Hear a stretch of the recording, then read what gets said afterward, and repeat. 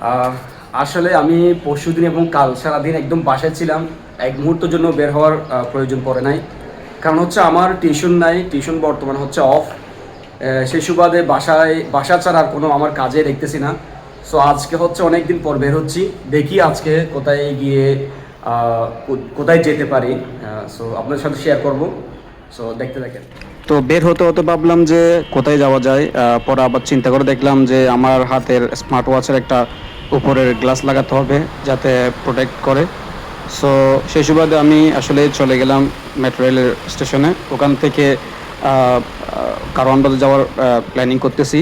হঠাৎ দেখলাম এমন বৃষ্টি আসছে, একদম চতুর্পাশে অন্ধকার আর অন্ধকার হয়ে গেছিলো।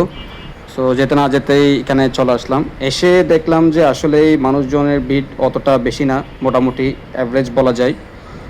সো পরিশেষে আমি আমার স্ক্রিন প্রোটেক্টরটা লাগাই ফেললাম এবং চলে আসার সময় দেখলাম তখনও হালকা হালকা বৃষ্টি পড়তেছিল। আমি তো ছাতা নিয়ে যাই নাই।